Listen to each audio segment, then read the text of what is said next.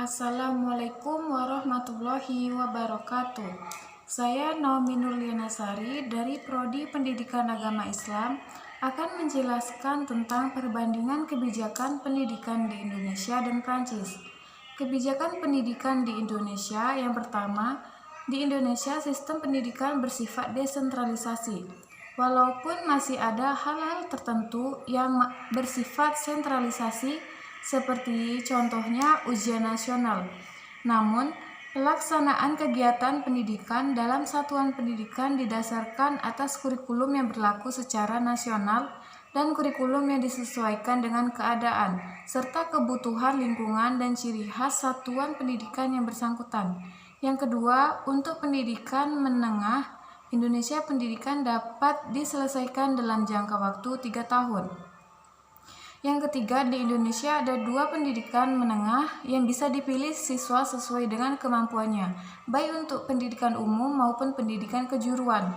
Yang keempat, di Indonesia sekolah dasar dan sekolah menengah pertama dengan tingkat usia peserta didik 7-15 tahun wajib mengenyam pendidikan untuk mendukung program pemerintah, yaitu terselenggaranya wajib belajar bagi setiap warga negara. Yang kelima, di Indonesia kurikulum pendidikan dasar dan menengah wajib memuat pendidikan agama, pendidikan kewarganegaraan, bahasa, matematika, ilmu pengetahuan alam, ilmu pengetahuan sosial, seni dan budaya, pendidikan jasmani dan olahraga, keterampilan atau kejuruan, dan muatan lokal.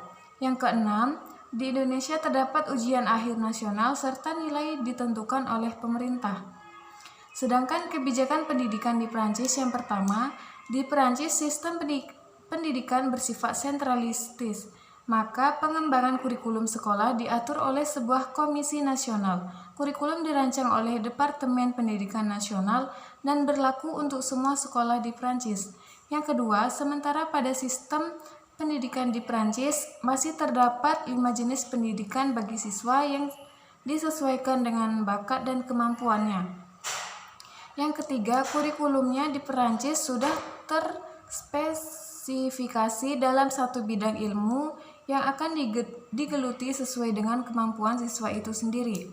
Yang keempat, di Perancis pendidikan dasar terbagi lagi dalam 3 tingkatan, di mana sistem pendidikan memiliki aturan untuk menjamin bahwa semua siswa wajib memperoleh satu batang kompetensi dan pengetahuan dalam 7 domain berikut: bahasa Prancis, 1 bahasa asing lainnya, matematika dan ilmu sastra, informasi dan teknologi, ilmu sosial dan kewarganegaraan, semangat otonomi dan inisiatif.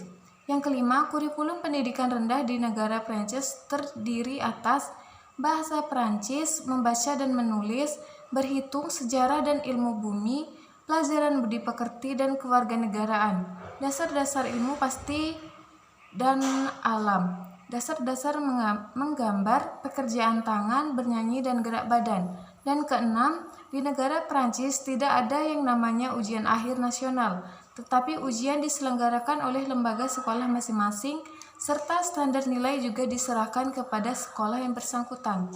Sekian dari saya. Wassalamualaikum warahmatullahi wabarakatuh.